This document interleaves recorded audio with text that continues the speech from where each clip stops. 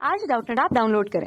Doubtnut पर अपने सभी गणित, रसायन विज्ञान, भौतिक विज्ञान और जीव विज्ञान के डाउट्स का करो सफाया। बस प्रश्न की फोटो खींचो, एक ही प्रश्न को क्रॉप करो और तुरंत वीडियो सोल्यूशन पाओ। अभी डाउनलोड करें। तो हमारे पास क्वेश्चन क्या दिया हुआ है कि दो प्रतिरोध 4 ओम तथा 12 ओम के हैं। इन्हें 10 वोल्ट के सेल से जोड़ने पर परिपथ में कुल कितनी धारा बहेगी यदि प्रतिरोधों को श्रेणी क्रम में जोड़ा जाए और समांतर क्रम में जोड़ा जाए। यानी यहाँ पे क्या है, दो केस हमारे पास अलग अलग है। इन दोनों के लिए जो है आंसर यानी उत्तर अलग अलग आएगा। चलिए इसको हम यहाँ पे पहले हल करेंगे, फिर इसका उत्तर बताएंगे। ठीक है, तो हमारे पास क्या है, हमारे पास दो प्रतिरोध है। ठीक है, हमने मान लिया यहाँ पे क्या, जो पहला प्रतिरोध है वो ये है। ठीक है, और जो दूसरा प्रतिरोध है वो कुछ इस तरीके से है। ठीक, इसको हमने यहाँ पे क्या मान लिया है, यहाँ पे देखिए इसको जो है हमने R1 से मान लिया है। और R1 का मान कितना है, ये R1 का मान कितना है, 4 ओम है।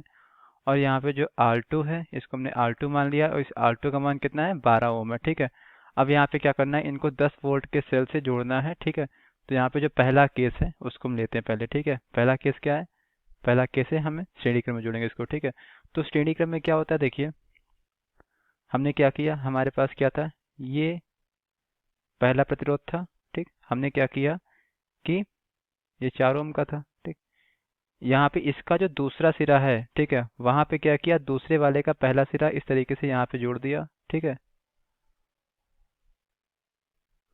ये कितना है, 12 ओम है। ठीक, तो इस प्रकार के संयोजन को हम क्या कहते हैं, श्रेणी क्रम संयोजन। ठीक, तो यहाँ पे क्या है, अब इनका यहाँ पे क्या है, इनको जो है यहाँ पे जो है 10 वोल्ट के सेल से जोड़ दिया गया है। ठीक है, मतलब यहाँ पे जो इनको क्या किया, इनके संयोजन को इस तरीके से यहाँ पे मान लीजिए ये क्या है, ये एक सेल लगा हुआ है, इस सेल से जो है जोड़ दिया गया है। ठीक,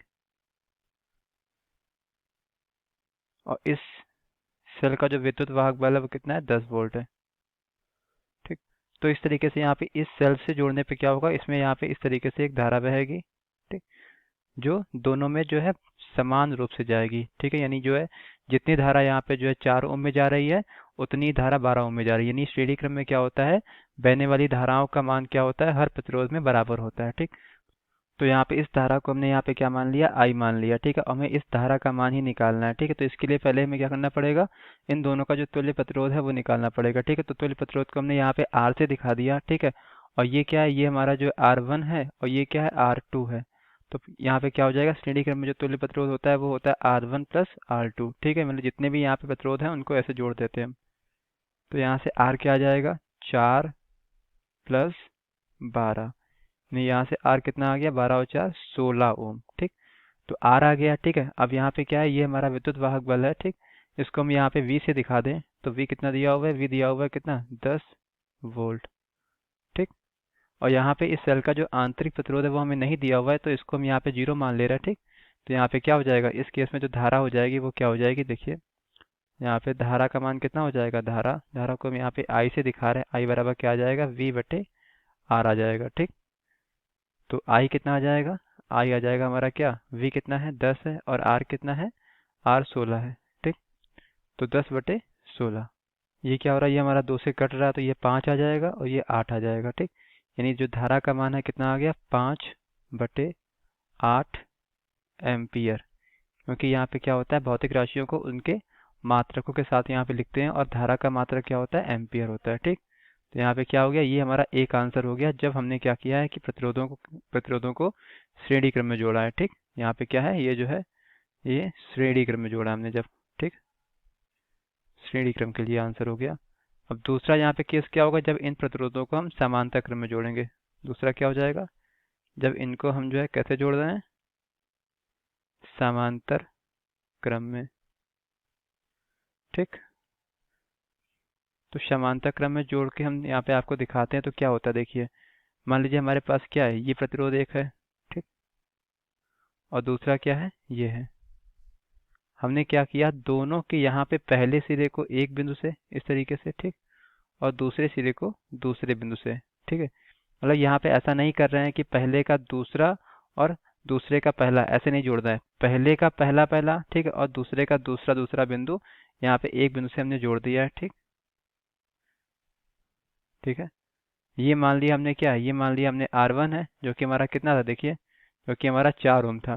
ठीक, क्या था, 4 ओम था, और ये हमारा क्या है, ये हमारा R2 है और R2 का मान कितना था, 12 ओम था। ठीक, तो यहाँ पे क्या हो जाएगा, देखिए यहाँ पे इस संयोजन को हमने क्या किया है, एक यहाँ पे सेल से जोड़ दिया है। ठीक, ये हमने यहाँ पे सेल मान लिया है। ठीक, तो यहाँ पे क्या हो जाएगा, देखिए यहाँ पे इस तरीके से यहाँ पे सेल से जोड़ने के बाद क्या होगा, इसमें एक धारा बहेगी। ठीक, उस धारा का मान ही हमें यहाँ पे निकालना है। ठीक, अब यहाँ पे क्या हो जाएगा, देखिए यहाँ से क्या होगा, ये धारा यहाँ पे जो है, ये धारा आई ही यहाँ पे जाएगी, लेकिन यहाँ से क्या होगा, ये धारा दो भागों में यहाँ पे बढ़ जाएगी। यहाँ पे मान लिया हमने I1 जा रही है, ये I2 जा रही है। ठीक है, तो यहाँ पे क्या होता है, समांतर क्रम में जो है प्रतिरोधों में बहने वाली धारा का मान यहाँ पे क्या होता है कि अलग अलग हो जाता है। फिर यहाँ पे क्या है, दोनों यहाँ पे I1 प्लस I2 जो कि I के बराबर है, ये I निकल आएगी। ठीक है, और यही धारा यहाँ पे जाके यहाँ पे सेल में प्रवेश करेगी। ठीक, तो समांतर क्रम में क्या होता है, धारा का मान अलग अलग होता है, परंतु यहाँ पे जो इनके बीच, इनके सिरों के बीच जो विभवांतर होगा वो बराबर होगा। ठीक है,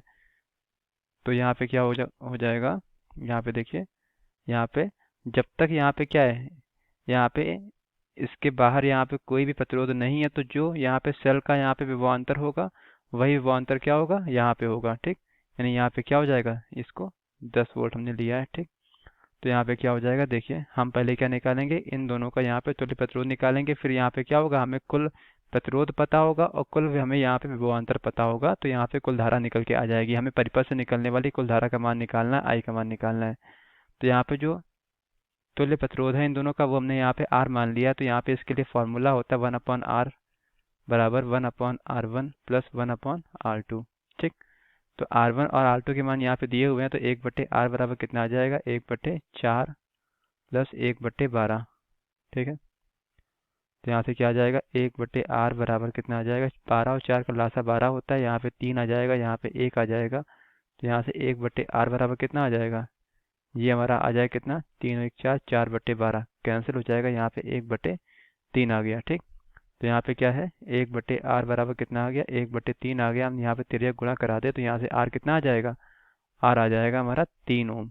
ठीक है, तो यहाँ पे क्या है, ये जो है परिपथ का यहाँ पे तुल्य प्रतिरोध हो गया। ठीक, अब यहाँ पे क्या, तुल्य प्रतिरोध यानी कुल प्रतिरोध आ गया हमारा। ठीक, और यहाँ पे जो विभवांतर दिया हुआ है, यानी सेल का जो विद्युत वाहक बल है, वो हमारा 10 वोल्ट है। ठीक, तो यहाँ पे फिर वही चीज़ हम बताएंगे, यहाँ पे क्या कि यहाँ पे सेल का आंतरिक प्रतिरोध नहीं दिया हुआ है, उसको 0 मानते हैं। तो उस केस में क्या होता है, जो धारा होगी वो क्या हो जाएगी, देखिए जो परिपथ से निकलने वाली, यानी यहाँ पे जो सेल से निकलने वाली यहाँ पे कुल धारा होगी, वो कितनी होगी, धारा को हम यहाँ से I से दिखा रहे हैं, तो I इसको क्या हो जाएगा, V/R हो जाएगा। ठीक, तो यहाँ से I कितना आ जाएगा, I आ जाएगा, V कितना है 10 है, और R कितना है 3 है। ठीक, तो यहाँ से क्या है, अब 10 और 3 यहाँ पे नहीं कैंसिल हो रहे हैं, यानी यहाँ पे क्या धारा का मान कितना आ गया, 10/3, और साथ में क्या है, इसका मात्रक यानी एम्पियर।